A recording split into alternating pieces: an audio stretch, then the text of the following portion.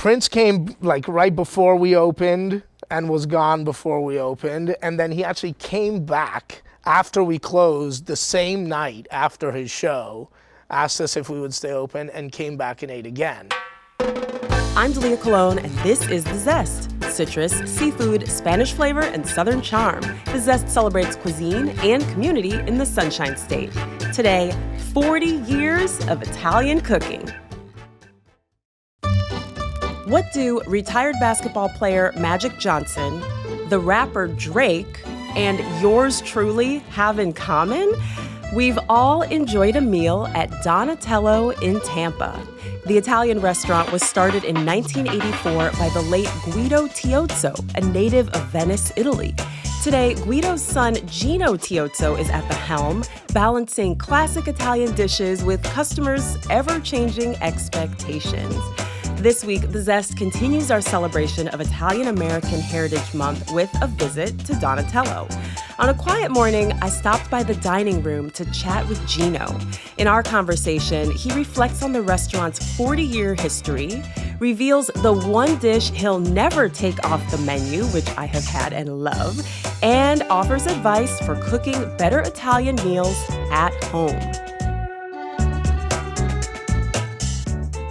This is our 40th year, and my father started Donatello in December of 1984. Originally, it was him with a few other friends, partners that had known each other for years before and had kind of followed a similar track in life, leaving home at a young age and having spent 20, 25 years in the restaurant industry, in the service industry, in hospitality. They came together and decided to open up a restaurant together. They were familiar with Florida. They were all Italian, left home after World War II, ended up in London in the late 50s, 60s, and worked in the restaurant industry there. My father spent some time at the Savoy Hotel, almost 2 years, I think, and really learned fine dining there, but then went to work in other restaurants like La Dolce Vita, and then some 20 years after their time in London, they decided to open up a restaurant in Florida and landed in Tampa. Wow, so they went from Italy to London to Tampa. Somewhat. Okay. They all went to the Bahamas, actually, in the mid-late 60s to the mid-70s and worked there together in the casinos and restaurants and so on. So they followed a similar track together and had known each other for decades before opening Donatello. Wow. Yeah, so the dynamic all came together, and apparently it worked because we're here still 40 years later, and Tampa's been fantastic to us. Amazing. What part of Italy, by the way? People will be curious. We're originally from Venice. Yeah, from Venice, Italy. My father's family is in the early 1900s from one of the border islands called Chioggia Sottomarina, just on the edge of the lagoon. And then in the early 30s, my grandparents moved into the city, and my father was born in Venice. Wow. Okay, so you grew up here in Tampa? I actually grew up in Venice until I was about 8 years old. I was born in the Bahamas while my father was there in the mid-70s, but we moved to Venice before I can remember. And I grew up in the streets of Venice, in the canals, and then we moved to Tampa when we opened Donatello. Oh, that's so cool. I thought you were going to say you grew up in New York. For some reason, I think everybody grows up in New York. A lot of people assume that I grew up in New York for some reason. I guess so. That's so funny. I've never lived in New York. I've been there several times. Yeah, for sure. So you were born in the Bahamas. I was. Yeah, Wild. My mother's family's all from the islands, from the Caribbean. Okay, so like, paint a picture of your childhood for me. What did you grow up eating? Who did the cooking? Tell me everything. So I was very fortunate in life. One of my grandmothers from Italy always moved over here with us and lived with us when I moved to Tampa. Most of my cooking experience comes from my two grandmothers, and from the restaurant from here.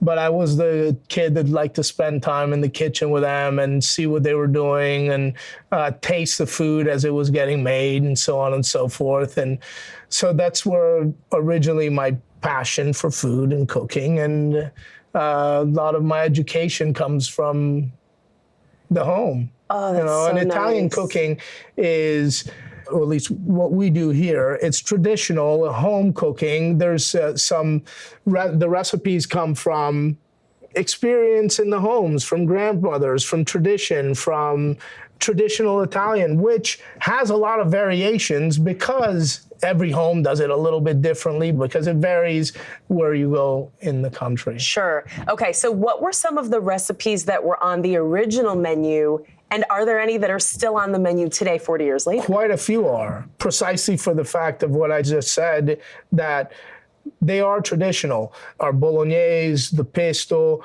the way we make our tomato sauce, all the bases are still very true to 1984 when we opened. Quite a few dishes, our homemade pastas and so on. You know, we've made some variations with some of the protein dishes, but, you know, the scallopine that we do, piccata and so on and so forth, are classic Italian dishes. Now that's the type of food that you were eating at home? Somewhat. Not.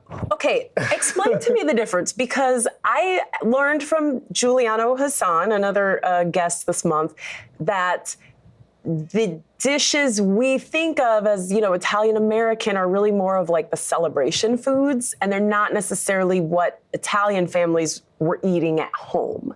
What was the difference between like what you were eating at home and what would be served in the restaurant? We didn't eat veal very often, and veal is a big dish that is known in Italian restaurants, scallopine, ossobuco, so on and so forth. But it's also a very regional thing. In my home, we ate a lot of fish because we're from Venice. A lot of risotto, which we make excellent risottos here. You know, that's one thing that I'm very proud of because it comes directly. It's something that in my home and in Venice, we do eat a lot of. So it's something that I'm very proud of and is very dear to me. But a lot of the classic dishes, we would make the same way at home. The carbonara, the pesto, the matriciana, but we didn't eat a lot of meat. Okay. We did not. It seems like in every culture, meat is more of a celebration food or like a seasoning as opposed to like the star of the plate. Yes, and also, again, I'm going to say very regional. So if you live in the hills or in the internal parts of the country, there's more meat available. Sure. You know, if you live on the coast, then there's a lot of seafood available. And Italian cooking is from your ingredients from your area. What is available? What is the freshest?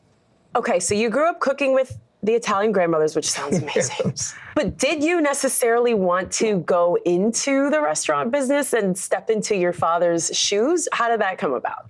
I did work here when I was going through high school, and I lived around the restaurant here, and also we had a restaurant bar in Venice. And I grew up in the square around the restaurant, around the bar. So it's what I knew and what I saw all of my life.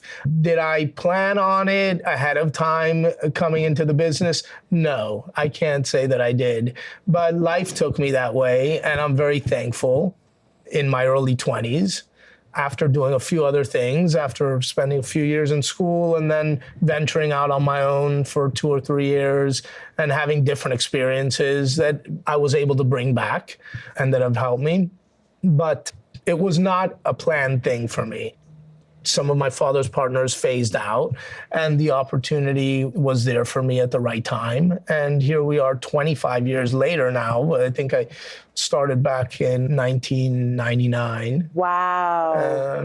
That's so cool. Really the biggest part of my life, you know, my children, my family, but the restaurant and what I do here and the time I put in here, this is amazing. This is home. Amazing. Okay, we're sitting in the dining room. Can you just describe it? Like I was here, it's been several years since I've been in here, but it still feels the same in a good way. Not in like a dated way, but it's just like timeless. Nostalgic, yeah. if you will. So you've got like the red tablecloths. It's just very classy, elegant, timeless, like you said. Timeless. It's perfect. In the lounge, and then in the dining room, it's more pink hues, pink lighting, and it's very complimentary to yeah. You to mentioned the lounge. skin. Okay, there is a jazz lounge here. There is. That is so cool. So how did that come about, and why do you think food and live music go so well together?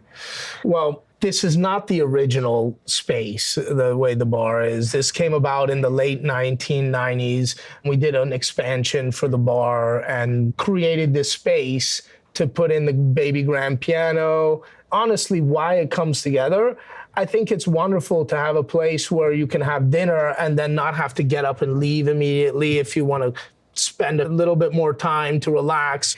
This offers the opportunity for somebody to have a cocktail before dinner, have dinner, come in and listen to some music.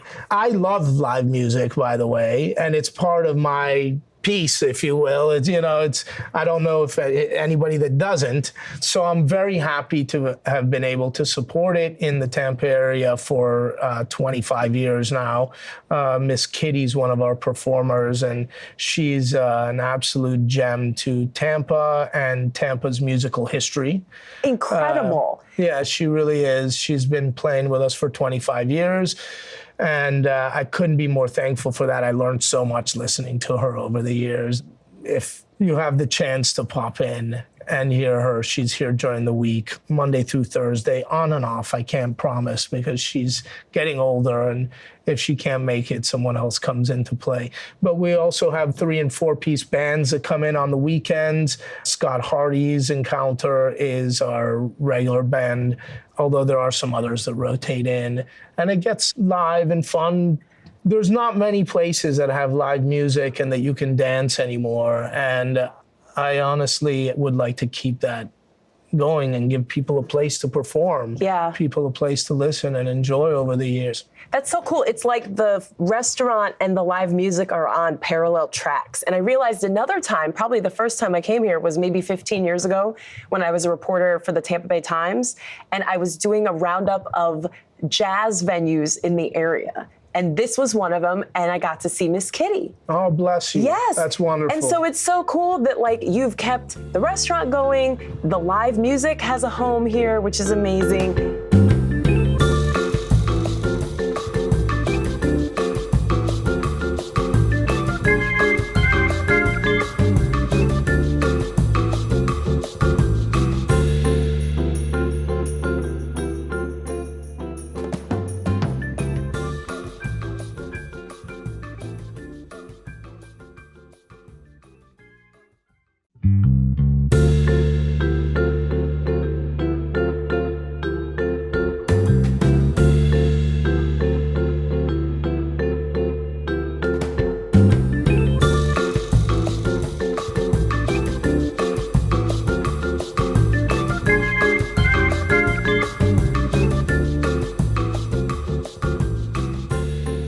It's pretty rare that a restaurant is around for 40 years, especially like a family-owned restaurant. So did you expect it to last this long? Did you think, okay, I'll just do this for a couple of years and then I'll be doing something else?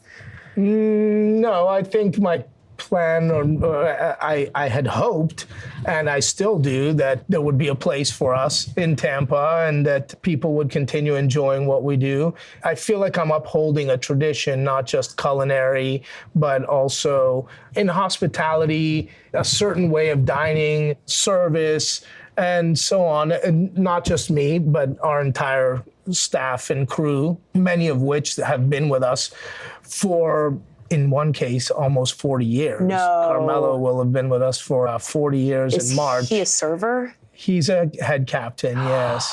But not just him, there's about a third of our staff that's been with us for over 20 years, and some of those over 30. I just wanted to touch on that because we operate as a big family, and it's really a blessing to have that longstanding staff to pass on the culture and the tradition. It's imperative to what we do, the feel that we like to give when people come in to visit us. I did want to touch also on, you said the look and the feel of the restaurant and the dining room. This room has, which we're in the lounge here, has some original, mostly decorated with tapestries that come from Venice, and masks also that come from Venice. These are all handmade by two sisters that were childhood friends of my stepmother.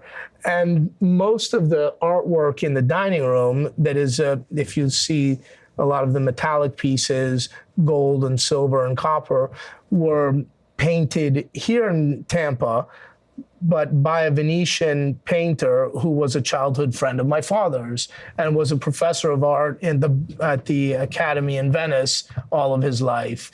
My stepmother hand painted all of the ceiling in the dining room about 25 years ago, not on her back. Okay, Michelangelo. No, but in our home, and then we replaced those each section with new hand-painted tiles. Oh my gosh. And I even have some artwork of my sons in the dining room now, and some of a good friend, Alan Divers. So I'm everything that you see around you is very dear to me. Wow. It has, That's really cool. It has a place in my heart. That's very cool. And ties to a family or family friend. Are your dad and stepmom still around? My father passed in 2019. Okay. Yeah. But I mean, she is though. Okay, yeah, well that's awesome. Is. I mean, wow, he would have to be so impressed with how you've carried on, especially through the pandemic. I know people are listening to this. Maybe they have a food truck, maybe they have a small restaurant, maybe they have a little catering business, and they would love to be where you are. So what are some do's and don'ts that you've seen over the years, either at Donatello or at other restaurants? I mean, you've got to walk in when you go to another restaurant and be like, oh my gosh, I can't believe they did that. Or yeah, we did that and it didn't work. They should definitely not do that. Like what's the playbook here? So when I go out, I try to enjoy where I'm at, without being overly critical. But don't compromise in quality. Don't compromise in what you believe in. Stay true to what you do. And I'm not saying that we've never questioned that over the years. We've gone through our ups and downs with economic shifts and so on over the years. Over 40 years, there's been some moments that make you question what you do. But I would say the most important thing is quality in product and stay true to what you believe in. Service, hospitality, taking care of people usually comes back tenfold. That's good. Yeah. That's good because that's hard to do. Like if you are struggling financially, of course you want to cut corners. Yes, but it doesn't work out in my experience. In my experience, it really doesn't. And I just want to touch on one idea that advertising is an important part of any business. But I feel that the best form of advertising is a referral from a friend. People trust the people that are close to them, and providing a good experience for somebody that comes in is the best way to establish and maintain longevity. For sure. What are some ways that you've had to evolve with customers changing tastes? Do people come in and they say, I want the bread basket to be gluten-free, or I want, a vegan pasta dish, things like that? We have added options for dietary purposes, of course, but there's also trends, and I honestly try not to follow trends too much. But if something becomes popular, I'll give you an example just off the top of my head. Sea bass became a very popular fish for people's taste. So we added sea bass, and we created different dishes around the flavor profile and texture of that product. So because of our 40 years in business, part of what we have to maintain and uphold is people come for a certain dish. A lot of people, if you go think of a restaurant, you think, oh, I really like that there, or you think of the dish and it draws you to the restaurant.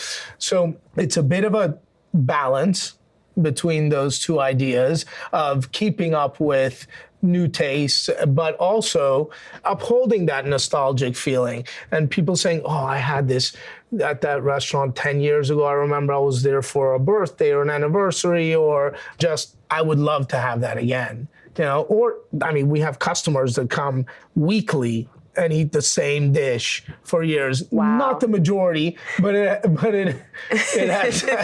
I know there's certain cases for sure. Wow. Okay, what's a dish you can never take off the menu? Our homemade agnolotti, which are little ravioli made with ricotta and spinach, sauteed spinach, stuffed. They're like little pillows. We serve them in a double cream or a traditional Alfredo sauce. That's one of our original dishes, one of our top sellers still. My mouth is watering. It's like 10 a.m. and my mouth is watering. That sounds amazing. And actually, that sounds like something I would order because I'm a vegetarian. So that sounds right up my alley. And it's a vegetarian option. Oh my gosh. What is a tip for making better Italian food at home? Is there a pantry staple that we should have? Is there a trick that we can learn? We don't all have an Italian grandmother to come home with us. My tip is that less ingredients are usually better. So to highlight whatever your main ingredient is, even in tomato sauce. Too many items, too many cooks spoil the soup, too many ingredients muddle up the flavor. If you have good tomatoes, you use good tomatoes, less is more. My aunt used, when the tomatoes were right at home, not my grandmother, but my aunt, I remember, because she would make the sauce very simple, but really good. And then when the tomatoes were right, she would put a drop of olive oil, a little bit of salt, and maybe one piece of onion. And that was it. That was, and it was, I remember it particularly because it was delicious. Yes, that's very Marcella Hassan of her, like just simple ingredients, but quality. Yes. Very cool. Okay, Gino, this has been... And if you use a good ingredient to start with, you don't need much to cover it up or dress it up or, Okay, so you've got the local fans for years and years, some of whom come in and order the same dish every week. Love that for them. But then you also have gotten the word out, and even when famous people come to town, they know about you. And I think another time when I was here was when I was covering the Super Bowl for the Tampa Bay Times and all these different Super Bowl parties and following celebrities all over town. Poor me, plum assignment, getting home at like 4 a.m. every day. The newspaper would be on my front porch before I even got there. It was crazy. But I have heard that the rapper Drake visited Donatello. Do you need me to repeat that, Alex? Yes. Okay. I don't know what you're at liberty to say about that, but how do restaurants adjust to celebrity guests? Are there certain things you have to change in order to accommodate them? Do they have like fans trying to make all these reservations? Over the years, we've had a lot of different personalities come in here. Can you name names? I can, I think. So Magic was in here. Prince was in here. Whoopi Goldberg. Evel Knievel. Robin Williams. Oh, my gosh. Yogi Berra. Many different faces and different personalities. And honestly, most of the time, we don't have to do much to accommodate them. They're usually fairly easygoing. So like Prince was sitting in here eating his ravioli and like everybody was just going about their business? Well, Prince was different. Prince came like right before we opened and was gone before we opened. And then he actually came back after we closed the same night after his show, asked us if we would stay open, and came back and ate again. I am dead. Yeah. It's been a lot of fun over the years, let me say, meeting different celebrities. Michael Jordan was here, Emmett Michael Smith? Irving. Yeah, Emmett Smith. My gosh. He was wonderful, by the way. He was just like you would imagine and you've seen on different shows on television. I'm not a big football watcher, but I loved him on Dancing with the Stars. Yeah. Great personality, right? Yeah, well, it's 100% real. Wow. Oh, that's great. And so when Drake came, we did have notice for him to come, and we did have to make some accommodations. Now, of course, he's Drake, right? He's Drizzy. Yeah. I love this. I mean, it's always fun to have like a little brush with fame, especially if you're not expecting it. But the fact that they came back, that just speaks to the service and the product that you're providing, and you were prepared to provide without knowing that they were coming. Yeah, anybody would get when they came here. I mean, anybody's not going to go through the back door, but it's the same food that you would have served to anyone. Of course. So that's amazing. Course. So anybody who comes here gets the Drake experience, the Prince experience in terms of the food. Of course. That is so and the cool. service Yes, and everything absolutely. else. I mean, every person that walks in here is as important to me as the next person. Yeah. I mean, that's what the basis of hospitality, the basis of what we do. You walk in this building, this restaurant, we've been here for 40 years. This is my home. Yeah. Oh. So it's like welcoming people into my home. It is. It is special It when makes me wanna cry. personalities come in. It does make it special. It is a nice experience for us, and I hope for them, as history shows. That's so cool. You're always ready. It is like your home. And in terms of, I think about my home, am I ready for company? If my neighbor popped over right now, is it a mess? Do I have something I can serve her? You know what I mean? And it's like you are always ready for company. Dining it's an experience where families come together. It's really a godly thing, it's celebrations, memories happen. And as long as we can keep providing a platform where people make memories, I think we'll be here for a long time to come. Oh my gosh, Gino, it was so great to talk to you. Thank you so much. It was really nice talking to you as well, and nice seeing you again. Thank you so much for being here, taking time. Here's to the next 40. Yeah, God bless. That was Gino Tiozzo of Donatello Italian Restaurant in Tampa. And I know your mouth is watering. You want to see the food. You want to see the restaurant and the people who've eaten there. You can find those photos on our social media. Just follow us on Facebook or Instagram at The Zest Podcast. I'm Dalia Colon. I produce The Zest with Andrew Lucas and Alexandria Ebron. The Zest is a production of WUSF. Copyright 2024, part of the NPR network.